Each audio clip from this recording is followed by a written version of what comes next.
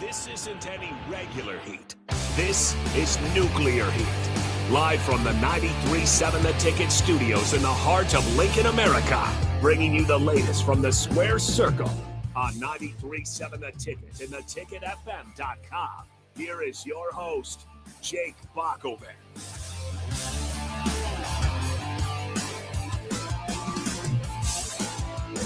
We are back here on a Sunday evening, ready to talk some wrestling, some pro wrestling with you here on 93.7 The Ticket. This is Nuclear Heat every Sunday night from 9 o'clock to 10 o'clock. We go through the latest in the WWE. I'm Jake Bachman, the host of your show, alongside Nuclear Heat contributor, my tag team partner, Augie Pena. And it has been an interesting week, the week that we've all kind of been waiting for, counting down to for a better part of a year here as John Cena's career wraps up with a match with Gunther, and the fans were not happy at the ending of it. So we can get to that here in a second. Also, an appearance this week from the masked man that dresses in all black, apparently going to be helping out the Vision, or has been helping out the Vision this week. So that intrigue still continues. Does the moves, of course, of Seth Rollins, but maybe a different body type than the first masked man. And I don't know if that's necessarily to confuse you, or maybe think there's more than one of them. Of course, we saw that with El Grande Americano. Eventually there was more than one of them. So we'll kind of see where that goes. Lots of questions still to be had. And of course, we'll get to other things here, but I would at least want to introduce you, Augie, to the fact that LA Knight might have been written off TV as much as you're an LA Knight fan.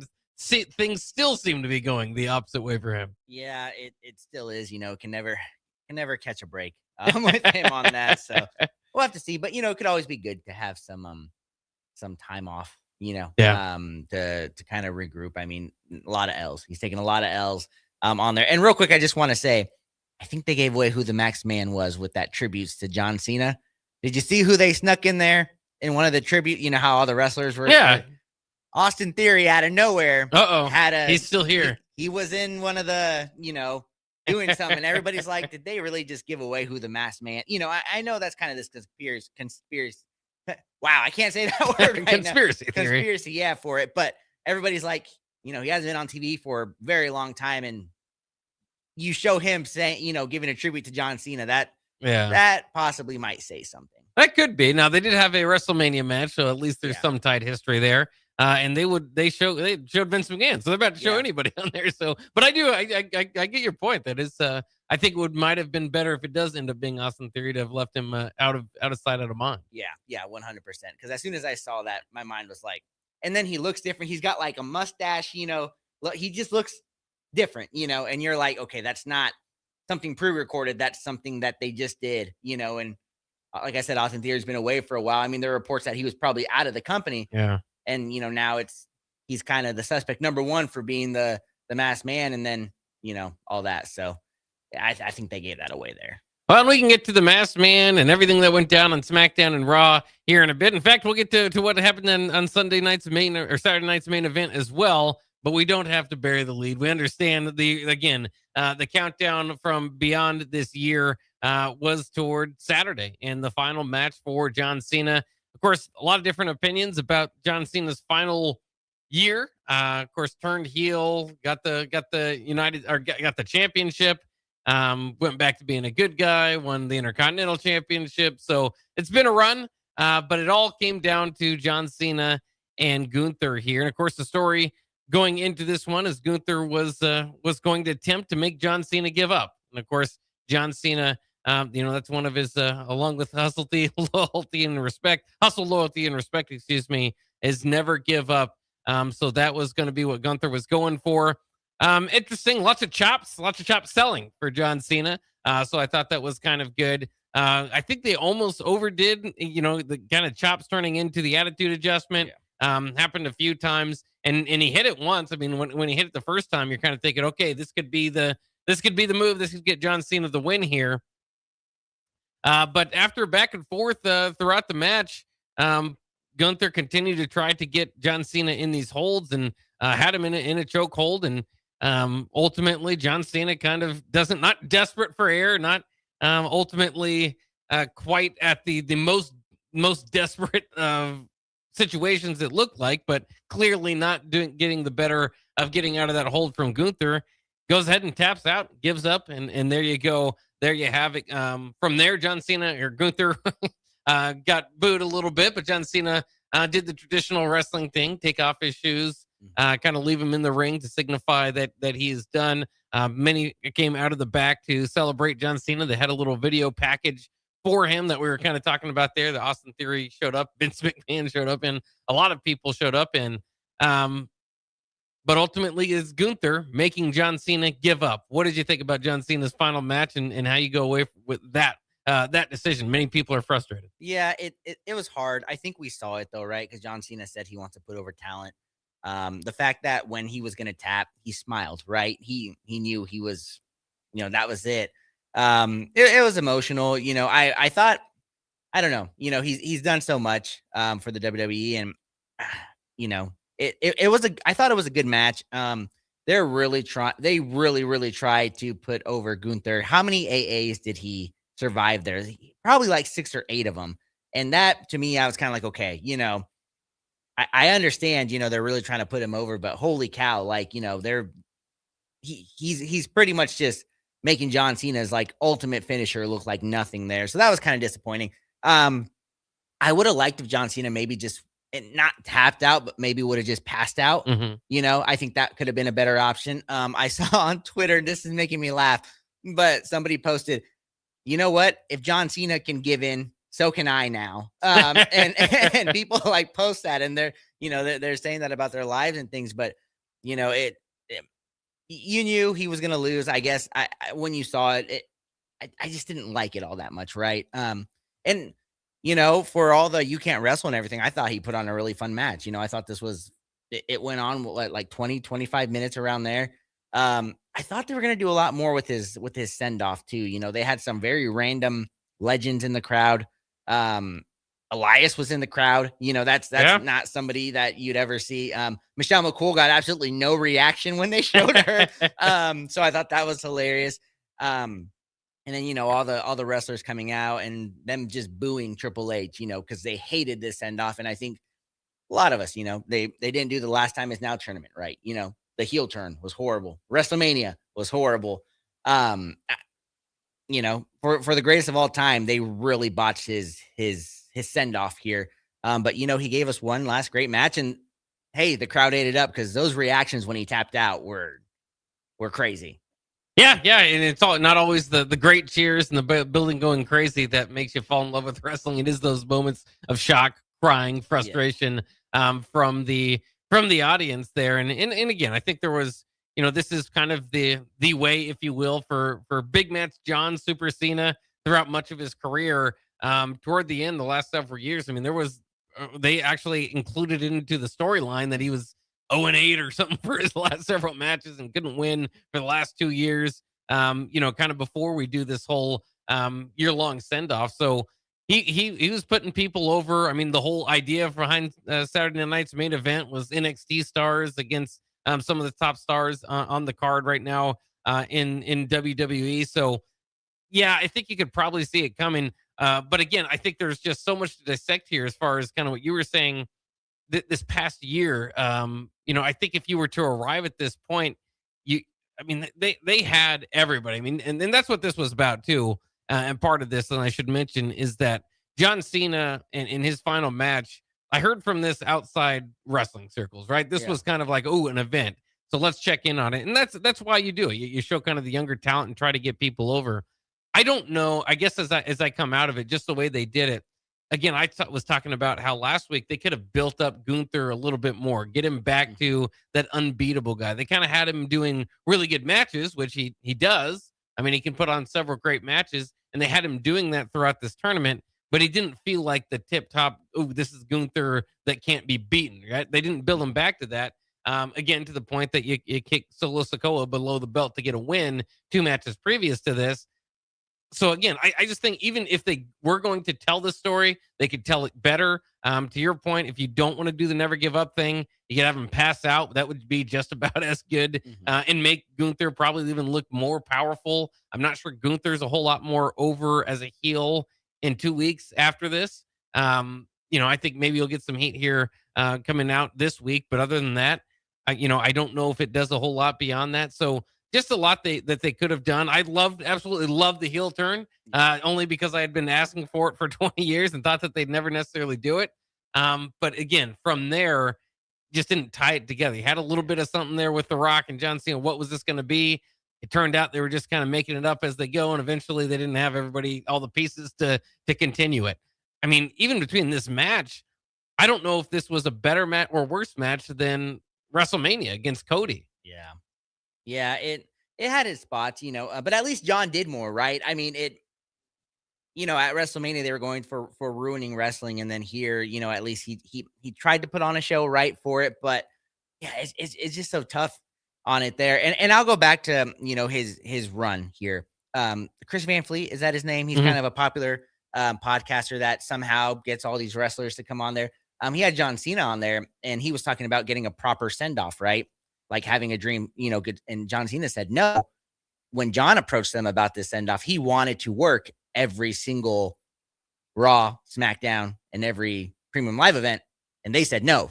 They said, we only need you for, 33 appearances or something like that. So they kind of robbed us of that there too, because, if John Cena would have been in Des Moines, Iowa, right, when they came to Raw, we probably would have tried to make it to that one, right? So they kind of did a little bit of a disservice there. But yeah, it just, that heel turn, The Rock, that's going to bug me, is they're never going to finish that storyline with The Rock. And that had so much gold written on it. And for The Rock and Travis Scott to insert themselves into that, and for there to be absolutely no pay, not even once. The Rock, I don't think The Rock has been back on TV since he did the 1, 2, 3, right? I think he was but we were trying to figure out who they were, but I mean, it was only a few appearances. Yeah. It never amounted to anything. And nothing. And, and now John has absolutely stated he's never wrestling again, right? Like, I think he said he might make appearances, but he's like done wrestling, and you can tell because they did the behind the scenes when he was walking in the back, he was hunched over. He said his body, it's hard. So yeah, we'll never see things like that resolved, and that's going to be an itch on my brain that's never going to get scratched. And I'm a huge Rock guy, right? I thought he was I have him as one of my favorite wrestlers of all time. Man, they could have had something there, and they decided to go away from it. And yeah, that's something where I hate to say it, but I feel like if Vince McMahon would have been writing his farewell, would have been in charge of the creative, I think it would have been a lot better than what Triple H gave us. And it could be. And Triple H was definitely hearing it again from the crowd afterward. There's lots of interest, online opinions. And again, we're not here to completely bash it. I do feel like they could have done a lot different, and it would have been a lot more fun throughout the year. But it still was. I mean, they put it together. It was a year-long send-off. You had the tournament, you had the heel turn and the fun stuff with Dominic Mysterio, which is kind of what you kind of wanted out of this whole thing. You got that. But even to that point, if Gunther and Dominic Mysterio beat John Cena, then who gets the bigger rub off of it? Or is there a bigger rub for either of them? And again, I think they can go the route. That's why they kind of went with Gunther making John Cena tap. Now, I've also seen this too, because I think a lot of people are infuriated that he tapped, because that was kind of his whole mantra, and hadn't tapped in like 20 years or whatever it had been.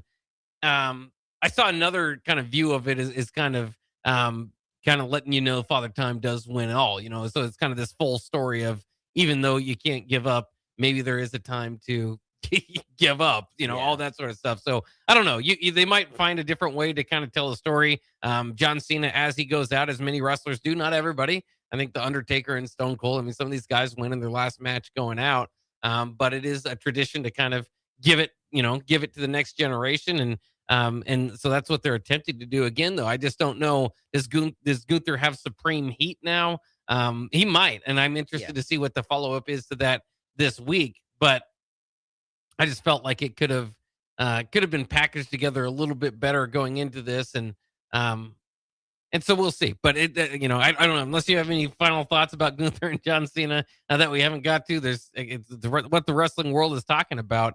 But I think everybody has their opinions, and again, that's why we do shows like this, is just to have fun, get them off our chest. But either way, acknowledged at least we were sports entertained. Yeah, 100%. And I was at a birthday party that I was kind of forced to go to, and I was watching it on my phone. No, not that I was forced to. I went. Yeah. Went to support. And was watching it. And everything there. And, I thought to myself, like, Gunther, we know this is scripted, but you know how the fans can get, right? Gunther has to now be prepared to be, like, I think, the ultimate bad guy we've ever seen. Dom, those, everything like that. That was all like nuclear, right? Like the good heat, you would say. I think Gunther is going to get that legitimate, like, boo, they're not going to, it's going to be a while because they were really pushing the Legend Killer, right? Yeah. They did bring up he retired Goldberg. Yep. So they're really pushing it, and he plays that heel right. So I hope they're happy because it's gonna be rough for him, but it could be good, because he's gonna be the ultimate heel. But I don't know. Do you really want to be hated like that, or because with the Dom, like I said, it was people love to hate him. For Gunther, it's gonna be. I think just hate. Yeah. And so I think, I'm curious to see what tomorrow looks like. Well, and of course, you always want to see that guy get his comeuppance. If history tells us anything, they'll build up Gunther to knock him down at WrestleMania. Yep, so 100%. Probably what we're going to see there. Also on the card, we'll start it off was on Saturday Night Main Event, Cody Rhodes and Oba Femi, which I thought was interesting. Of course, could have been more interesting if they actually finished the match. This one ended in a disqualification. Drew McIntyre interferes throughout the match. Oba Femi showed that he was, of course, he's the underdog here, the kind of the young talent. But he was showing off his power and throughout the match, kind of legitimizing his opportunity there at the champ Cody Rhodes. Even busted open Cody Rhodes' ear there by sending him over at the announces table. Awkward though, because I thought that they were playing into. Like the crowd was chanting that they wanted to finish the match. Of course, as soon as Drew interfered, okay, now there's no chance for Cody and Oba. And Cody is supposed to be, generally would be his character. It would make sense to say, all right, let's bring it up and do it again. But it was awkward because it made his character kind of shy away from that, just hold up the belts up together. I don't know if they'll address that or acknowledge it, but it was obviously what the crowd wanted and what everybody at home wanted. But again, when you do this with trying to get Oba Femi over, and I think he did. I mean, I think ultimately he also had a appearance on SmackDown where he confronted Cody Rhodes, and I thought it looked good. So I think Oba Femi did get over without going over, as they say. Without the win, still kind of got his introduction to the WWE Universe, but just kind of left you hanging there at the end. Yeah, it did. And like I said, we don't watch NXT, right? We just have busy schedules, right? It's really hard to keep up with. But I thought that was a very impressive performance. Like you said, I was sort of a bit more of a build up. Some real heat, maybe, like some real proving, except for that little stare down that they did. And also, I'm going to be referring to Cody Rhodes as Gayu for a while because that's who he's going to be in Street Fighters. They just dropped that trailer. I'm really pumped for it. There and all that, but yeah, it's really interesting what they're trying to do with Cody, right? Like he's still the ultimate babyface heel, right? He was part of the John Cena thing, which we didn't mention that, but I thought CM Punk and Cody in the ring kneeling, giving him I thought that was weird. Titles, yeah, I thought that was a little weird on there, but they still have him there, but then they have what he did to Drew, where he's attacking him, kind of he's going after him. Things like that. So, I think they have to play into it, right? That code, that they didn't kind of run it back to finish it on there. And maybe it's kind of one of the final things that breaks Cody. They're like, he's too nice, he should have, this and that. Because I'm going to say it. I really, really think they need to start changing up his character just a little bit. Yeah, we'll see. Obviously, merch sells and all that stuff usually writes the way that they do that. And he's been doing well there, but his character does feel a little bit stale. So they've part of that is just continuing the feud with Drew McIntyre, which I think is going to continue here. Yeah. Trying to heat it up, but we've kind of already been there. I'm interested in Oba Femi. I mean, that's part of the bad thing of doing throwing Oba Femi in the middle of Drew McIntyre's feud with Cody is, hey, yeah, this is way better. Let's do this. And then you kind of take it away from us. So maybe we'll see him I'll tell you what. I mean, and he's ready for the main roster. So is Sol Ruca. Sol Ruca and Bailey followed this, and this was basically just a showcase for Sol Ruca. She reversed a rose plant by doing a handstand. She had a handspring into a moonsault over the top rope, which had to be incredibly hard to time, but she did it flawlessly. And she did like she did something off the top. What was that? A cartwheel on the top rope too into a DDT. Yeah, that when I looked at, I was just like, holy cow, that was incredible. On there, and Bailey, got to give her props. She made it look flawless on there. Yeah, and that's perfectly right. The veteran there to make it look good. The Soul Snatcher is probably the coolest finisher in my mind in wrestling right now. She didn't even hit that one all that clean, but it still looks amazing if you haven't seen one before. Ultimately, I think part of this match too. So ultimately, Sol Ruca wins, beats Bailey. No turn for Bailey. I think that was kind of the intrigue of this match. Was it going to happen? Lyra Valkyria was down there by her side, but all four women posed together. Zarya was out there with Sol Ruca, but I'm ready for Sol Ruca. I mean, she would be among my favorite if she was on the women's roster now. I know she's young, but man, a lot of promise in that in Sol Ruca. She's another Stephanie Vaquer, Tiffany, Stratton. I mean, 100%. Like, this is one where, the WWE just don't mess it up, right? Just bring her in. You could even do a Stephanie Vaquer type if you wanted to, like, just put her in, because this is now like the second or third time she's been on the main roster and just had a killer match, and every time everybody's like, okay, she's ready. And I don't think she holds any NXT titles, right? So she could probably just come up and just go right away. And I don't know about SmackDown just because they got Jade Cargill over there, and I don't know, but also if you put her on Raw, I think that's kind of really top heavy. But she could have some great matches with them, I mean, bring her in, I don't even know who she'd have, matches with there. Maybe a Becky Lynch type, or somebody. But yeah, you bring her in. I mean, she's going to do some great things. Yeah, with any sort of proper storyline, she would be a lot of fun to follow. And they are loading up the tag team division over there. So a lot of the single stars and the women's WWE roster are in the tag team division for now. So maybe that would open up a spot for her. Another match on the card there was AJ Styles and Dragon Lee versus Leon Slater of TNA and Javon Evans of NXT. We've seen Javon Evans plenty. Again, this was another just showcase of the athleticism of at least three men involved in the match. AJ Styles kind of just brought the aura that he brings to the match. But this was interesting. Levin sent Slater into Styles' arms for a style clash at ringside, which Dragon Lee and AJ Styles have kind of been working on the timing of that. Again, similar to last time, you need like a Kofi Kingston, somebody that's athletic enough to pull it off. And working with you to get that going. Evans broke that up, so it ultimately wasn't a Styles clash, but they've been doing really well there. This match was great until the end. Very rarely does AJ Styles make a mistake, but he did trip when he went for his signature springboard forearm. And so it felt like maybe that was supposed to kind of tie it up. Yeah. They did a good job of covering it up and playing with it, but the match just kind of went on for like a few more minutes and it just kind of ended suddenly. Styles and Lee ultimately winning.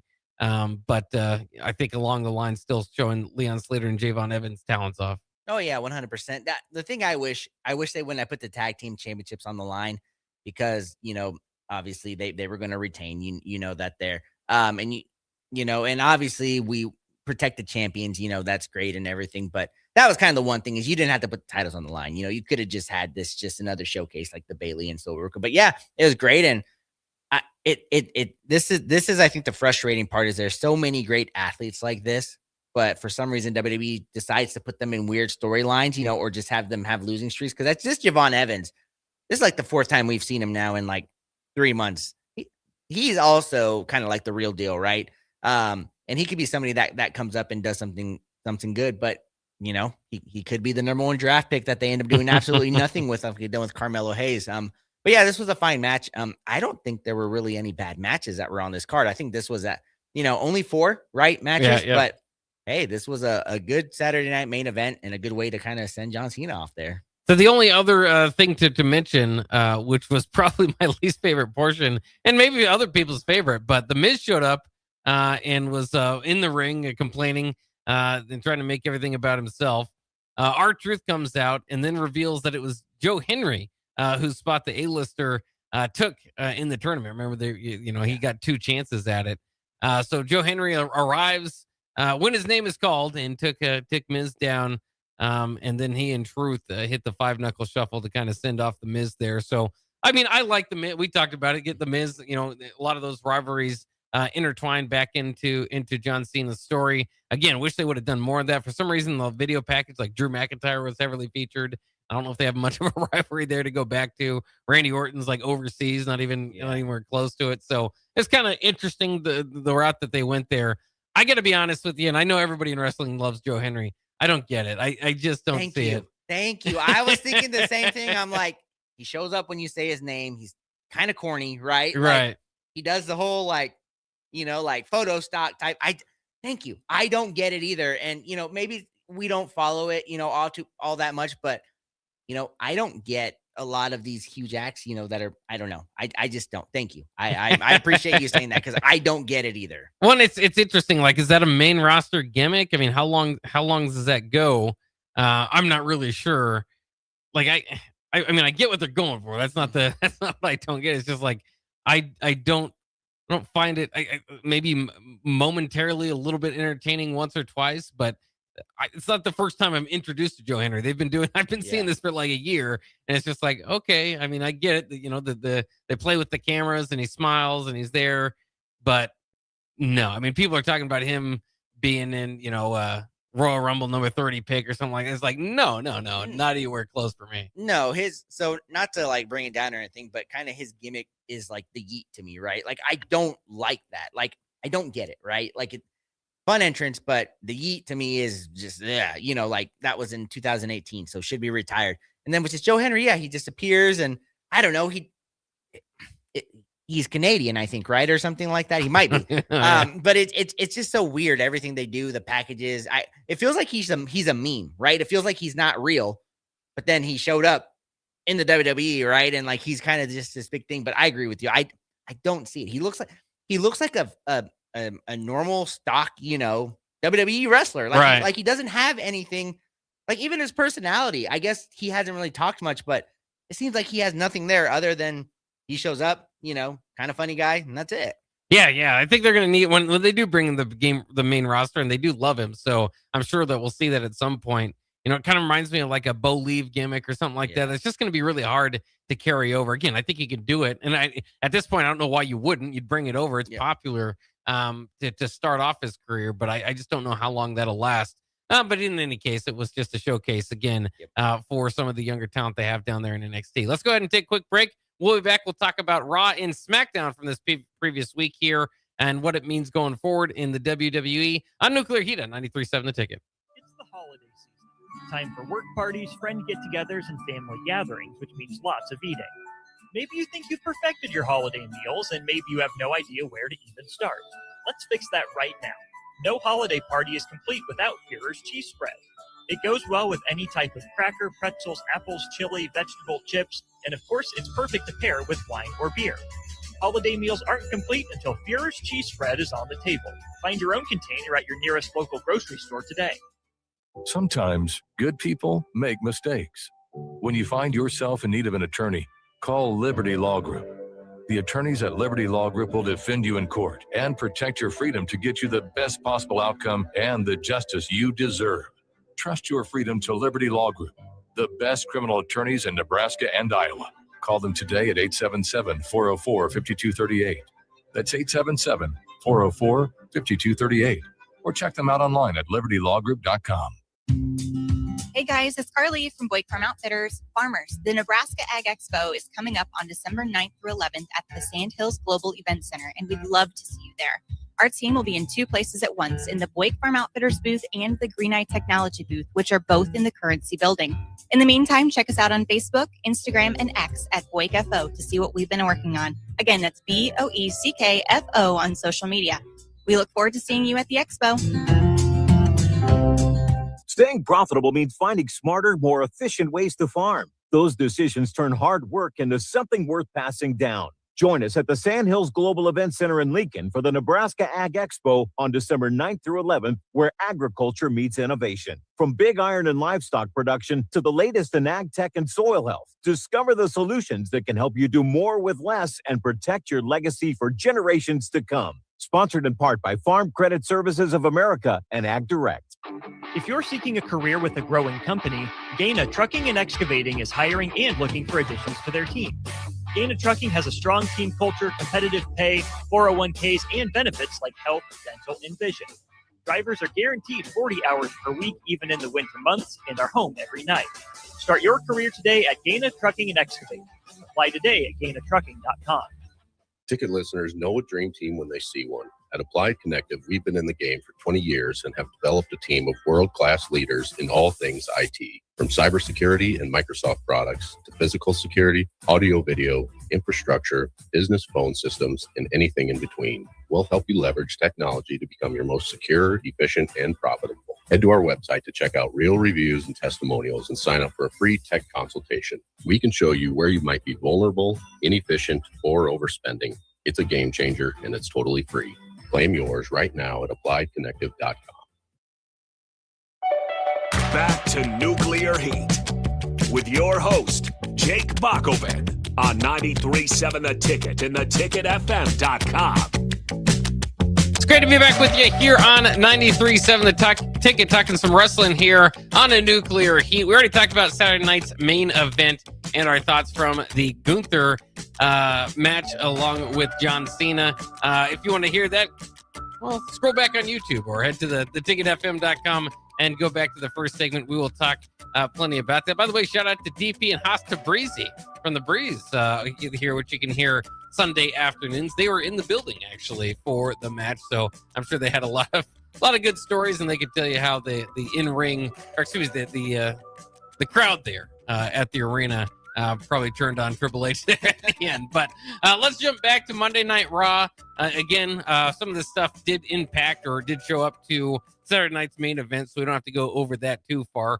For instance, the show started with Gunther's kind of promo warning John Cena that he would force him to quit, so that kind of got the wheels turning there. From there, you had Io Sky and Kairi Sane, Rhea Ripley and Asuka at ringside. Near the end of this one, Asuka attempted to interfere with the match, but Rhea prevented that by attacking Asuka herself. Io Sky then delivers the over the moonsault for the pin and the win. I don't know if this necessarily advances the storyline too much, but Io Sky and Kairi Sane, of course, former Damage Control buddies, getting in the ring is always you don't need much of an excuse for it. It's a good match. Yeah, it's a good match, and poor Kairi, we kind of said she'd be the sacrificial lamb for most of these feuds, and they're right on track with it. She's taking pin after pin. But at the same time, I think she's putting on good performances. She's great in the ring. It's always just been the fact that she's not the biggest on there, and she's the only non-world champion, former world champion in this feud.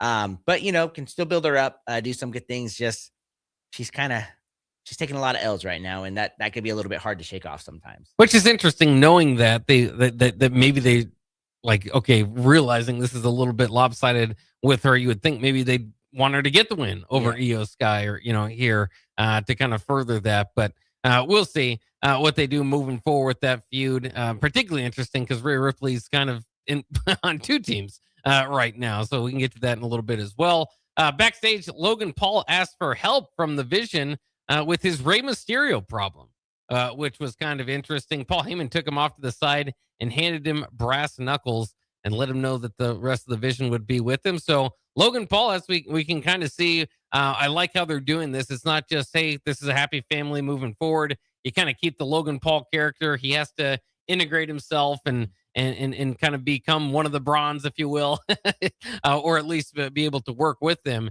And that was kind of the part of this storyline here. Yeah, it was a fine little storyline. I think it's fun. Paul Heyman at the end was like, I like that guy, things like that. The more I think about it, him with the Vision, I think that'd be fine, right? I think the personalities fit.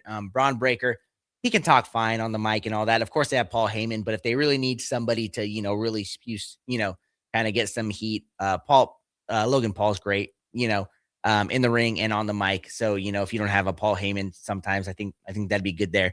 And the brass knuckles, you kind of forget about those, right? Because he hasn't really used them in the past. So I was like, oh yeah, he doesn't he also have like a surgically repaired fist or something that he claims, is what also helps him knock knockout it. punch. Yeah, on there, can't steal that from Floyd Mayweather because that's who the Big Show got it from. But they're doing a fun little thing with this. So yeah, I think it's good little storyline they got for him going there. Yeah, and so it didn't take too long to pay off on that. Rey Mysterio was heading to the ring for his match with Finn Balor. Paul attacked him from behind. Rey Mysterio was able to get the upper hand once again, but the Survivor Series masked man hit Mysterio with a curb stomp and started running out of the building. Logan clocked Mysterio with the brass knuckles there and starts taking out Mysterio. LA Knight comes out to make the saves and demands a match with Logan Paul, which would not be a good idea by the end of the night. Yeah, it would not. And the more I think about that masked man real quick, can you just think of if they just make this go on until Seth Rollins is medically cleared, right? And then it's like, oh, he was the masked man, even though he wasn't. That's something Triple H and WWE would do there. Yeah, we'll see what they do and how long they want to drag this out. Again, Royal Rumble coming up around the corner. He might be an entrant into that one. So we'll see. Number 29, the masked man. AJ Styles and Dragon Lee. This was before Saturday night's main event. Took on the War Raiders. As I always say, the War Raiders do a great job with the live crowd that smash that Ivar does when he puts you up against the ring, comes and hits you there. Always looks really good. But ultimately, this was for Styles and Dragon Lee to win and really set up the tag division. The New Day confronted the champs afterwards. They were at ringside all along. And then the Usos made a claim at the tag division, which is, I think the most interesting part is Jey Uso's singles run apparently coming to an end here. I see you're happy about it. I feel like there's more story to be told there. Yeah, there is, but I mean, okay, we'll put, we've said his run is kind of, it's good for merch, right? He's pretty popular, but for his wrestling, whatnot, the Usos are better when they're together, right? It's plain and simple. The tag team division needs a little bit of help, right? You have the Usos together, that's gold. You can bring them back. Their promo was fun. I thought that was good because didn't Jimmy kind of hit at his brother a little bit? He's like, we decided after you failed time again and again again. And you can see Jay's face. So they could still kind of have a little bit of a turn, but you don't want the Usos, WrestleMania match part 2. That's I think the last thing we want. But they'll have this go for a little bit. Maybe they'll get the titles back, and then maybe they'll finish Jay's story after that. Yeah, I mean, I certainly could see some dissensions and frustration from Jay bleeding into the tag team. I definitely think that storyline could continue there. Stephanie McCurr came out for her promo, was interrupted by Nikki Bella, but not for long because Raquel Rodriguez came out and attacked Bella, confronted the champ. This all interesting, of course, because Liv Morgan is back. So backstage, Liv Morgan joins Roxanne Perez in the tag team for the Judgment Day since Raquel Rodriguez is going after the title. And then shortly after that, Roxanne Perez defeated Lyra Valkyria with the help of Liv Morgan. So obviously that sets up Morgan and Roxanne Perez to tell their side of the story of maybe a battle over Dirty Dom there, and puts Raquel Rodriguez, a young up-and-coming star against Stephanie McCurr, and a young up-and-coming star as well. So I think everybody kind of wins here. Yeah, they do. And was it last week that Liv kind of confronted Stephanie? Like they had like a backstage where, and so that's where kind of because Liv was like, hey, you didn't tell me you were going to go after her to Raquel. And Raquel's like, I don't got to run everything by you, and things like that. So a little bit of the butting of the head. So that's, you kind of got the interest for Dom, the interest, for the championship, and things like that. So you see those cracks for the Judgment Day that we were kind of like, no, they all seem, they're coming back a little bit there. So they've got some up their sleeve. And I'm pretty excited. And I'm going to say Nikki Bella took a heck of a bump there for a couple times when Raquel came, like threw her off and all that. So props to her in that surgically repaired neck as well. Yeah, absolutely. Then we had the main event of the night, LA Knight versus Logan Paul. Reed and Breaker obviously get involved at one point, but they get thrown out at ringside. That allows Logan Paul to need some more help. And then again, there is the Survivor Series masked man to stomp LA Knight, and the Maverick hit the frog splash for the win. They were not done with Paul at that point. Reed and Breaker come back out, a spear, 2 tsunamis afterwards. To LA Knight. By the way, the masked man's run off. That's part of his thing. Every time he does something, he runs off afterwards. Breaker then started his promo calling out CM Punk, saying he'll take his wife even. So it was another a personal promo from Breaker. But after LA Knight tried to kind of get back going backstage and get back out there to fight again, Reed and Logan Paul go backstage after LA Knight and ends up with Reed hitting a tsunami on LA Knight on the roof of the car. Kind of bringing to the start of the show, like I was saying, LA Knight seems to be written off TV a little bit here. Or this could be a Drew McIntyre written off TV where he'll be back by the main event here on Monday Night Raw. But a lot of interesting kind of things to do creatively there. We talked about the Masked Man already to a degree. But yeah, I mean, I was complaining last week because we went a whole week. They did the Survivor Series the week afterwards in War Games. They didn't have the Masked Man. Yeah. Now they kind of supercharge it. Okay, Logan Paul, everybody get help from the Masked Man quickly. So again, sometimes you can stretch it out, and if you got time to tell your story, they could do this stuff over 3 or 4 weeks, but they kind of put it all into one episode of Raw here. Yeah, they did. And I think because the next Premium Live event is the Royal Rumble, right? That's the next one. My prediction on that is he's going to help Braun Breaker win the Royal Rumble. And that will be kind of then when we'll get the review. If they don't prolong it and say it's Seth Rollins, right? Which would make absolutely no sense. But yeah, that's kind of where I see it. Because yeah, we got a lot of the Masked Man this time. Not a bad thing, right? You know, kind of added some flair on there. But yeah, I think this is their start to that Braun Breaker. You know, I don't know. If I were a betting man, I'd put all my money on Braun Breaker winning that Royal Rumble with some help. Yeah, that would be an entertaining way to go about it for me. I wouldn't have a complaint there. Like you said, Royal Rumble, January 31st. So they've got another Saturday night's main event on January 24th. And then they've got that. I mean, Breaker's going to go for the title. What is that, the 4th of January, I believe, before then as well, against CM Punk. That doesn't necessarily mean that story ends there, but at least they're going to have a match there too. So a few different things to kind of look forward to as we finish up Raw. All right, let's go ahead and take a quick break. We've just got a few minutes. That's all we need for SmackDown because SmackDown is 2 hours. Yeah. But they're moving to 3 hours after this week. So we might need to save some more time at the back end of our shows moving forward, but that's not our problem this week. We'll deal with next week's problem when it comes. All right, we'll take a quick break. We'll talk about SmackDown when we return. Concrete Industries has immediate job openings for precast production laborers and maintenance technicians. Concrete Industries offers great pay, health benefits, 401k, a wellness program, holidays, and paid time off. Apply today to earn a starting pay of $21.50 per hour plus a $1,500 hiring bonus. Concrete Industries is hiring all experience levels and offers on-the-job training. Start your career today as a precast production laborer or maintenance technician. Visit concreteindustries.com. Don't be fooled by the typical holiday ads this year. A new car for your significant other is a dream, but not a likely reality. Why not upgrade the current car you have with a detail? This year's hot item is a gift certificate from Nebraska Auto Detail to make your car look and smell fully refreshed again. We all have clutter and we all make messes, but it doesn't have to stay like that. Give the gift of a clean car this holiday. Buy your certificate at NebraskaAutoDetail.com or call 402-601-5086 for an appointment today. If you're seeking a career with a growing company, Gaina Trucking and Excavating is hiring and looking for additions to their team. Gaina Trucking has a strong team culture, competitive pay, 401ks, and benefits like health, dental, and vision.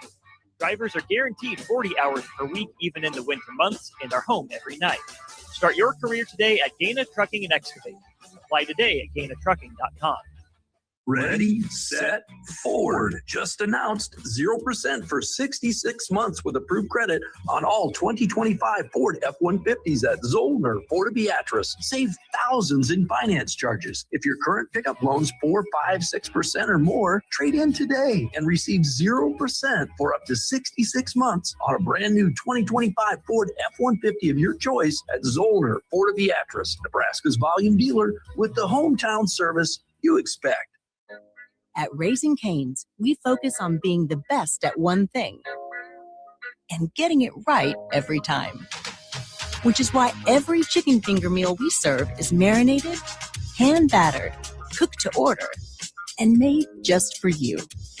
Quality isn't complicated, and our menu is proof. Raising Cane's chicken fingers, one love.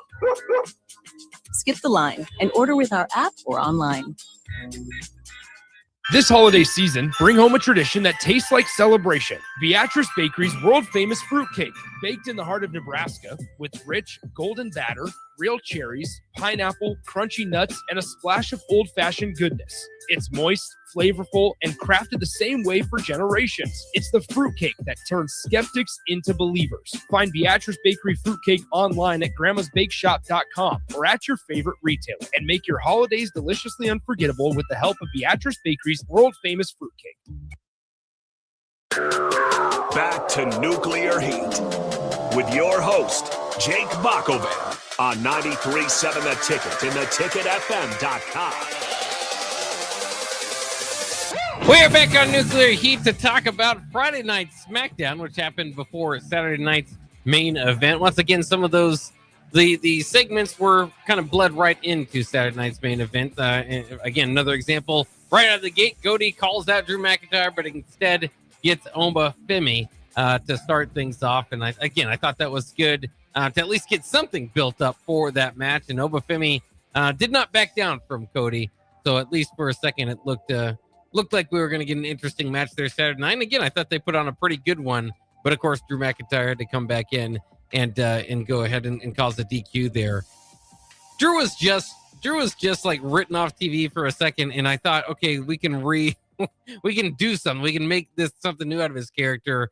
And like 3 weeks later, he's the DQ guy. That's obviously not going to be Cody.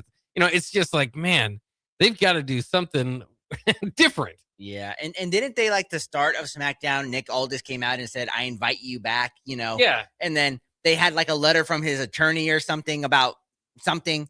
And yeah, this is just confusing. Talk about somebody that needs a character change again. That's Drew McIntyre. And, Cody Drew, that could be fine, but this is something we've now seen, like, 5 times in the last 3 months. Move on, get something else, bring somebody else into there, have Drew McIntyre do make Drew McIntyre a good guy again, just do something different with this character. More Drew McIntyre, CM Punk. Let's bring that back again. He's champion now. You can go to the other brand, Yeah. Kill each other over it, have some fun, throw toaster ovens, something that they can do so much more, but nope, still got to go with Cody. Yeah. Well, Cody needs something to do in the meanwhile, as he kind of carries that belt. So as we always say, he's kind of got these carryover feuds, and Drew McIntyre gets stuck in a lot of them. We did have the U.S. title open challenge. Ilya Dragunov against Tommaso Ciampa finally. This is awesome chance right throughout the arena. So that always tells you the quality of the match. I thought that they might actually make the change here when Johnny Gargano and Candice LeRae got interfered. But ultimately, the Mad Dragon overcame that to get the win. Interesting at the end here, the heels attacked afterwards, but Carmelo Hayes makes the save, kind of wearing some different gear there. Ilya Dragunov, by the way, bloodied throughout this. This was another hard-hitting match.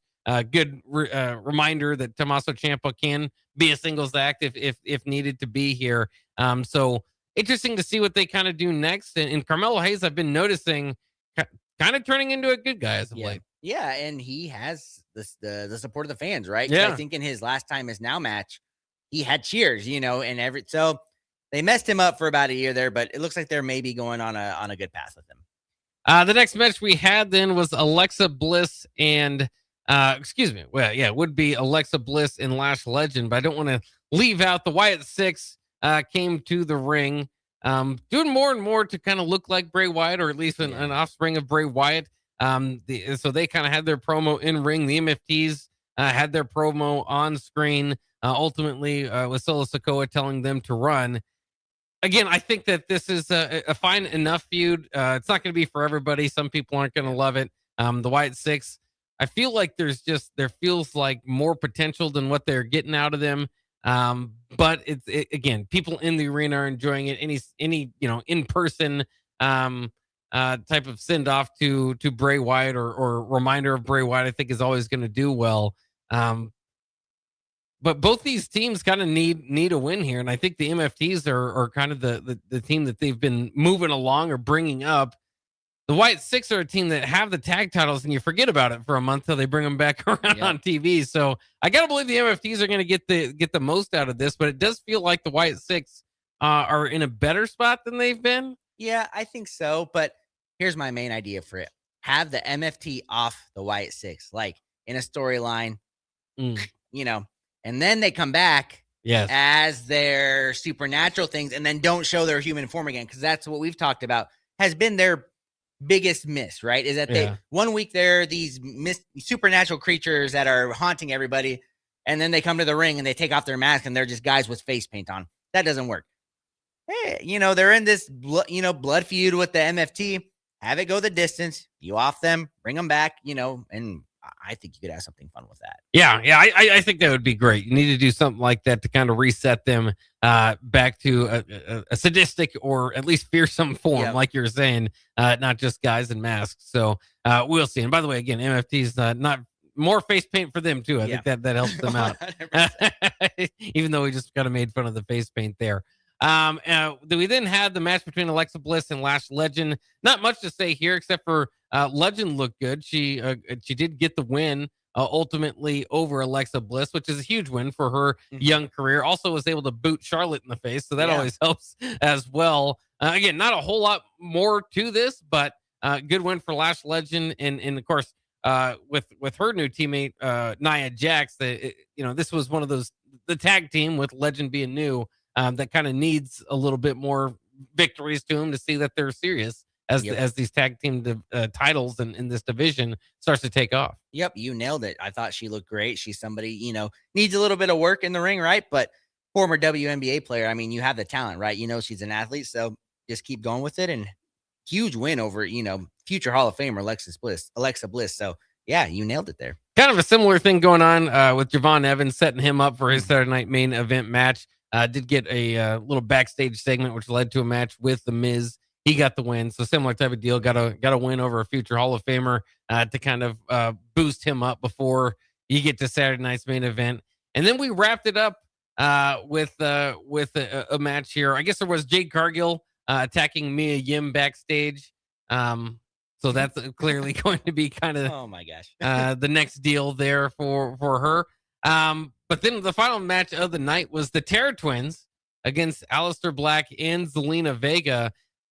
Of course, that being Rhea Ripley and Damian Priest against Aleister Black and Zelina Vega. And this was a botch fest. I don't know. I hate to say it because, a lot of this was on the women, Zelina Vega and Rhea Ripley there.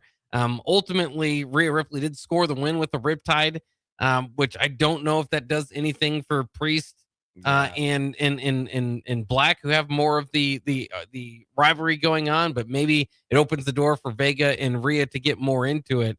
This was, again, I think good on paper and kind of exciting, but the match itself was what it was, and therefore it leaves kind of a bad taste in the whole experiment going on right now. We almost witnessed a murder. That was when I saw that, when whatever happened, Zelina didn't tuck enough or whatever. When I saw that happen, I literally was there. I was like, there, she's paralyzed.